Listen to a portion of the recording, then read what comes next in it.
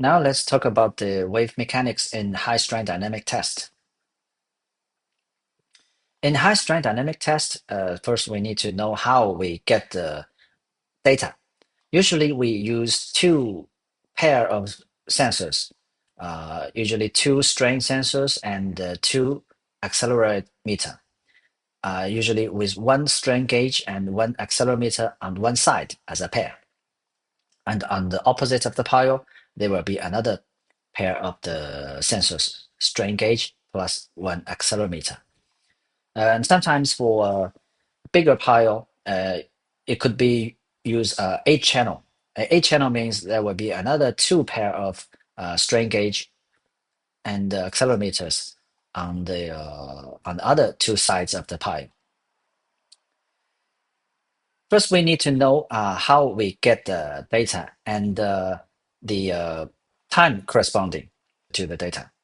When the wave reaches the pile sensor location, that is the rising point of the plot. So we call it input rise.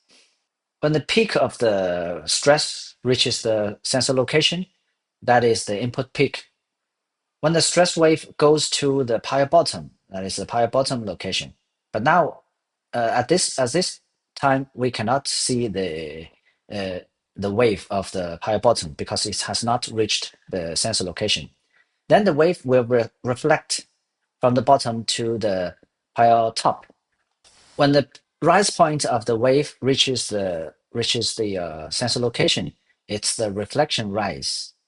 And when the peak of the wave reaches the sensor location, it's the reflection peak. So this is how we get the data.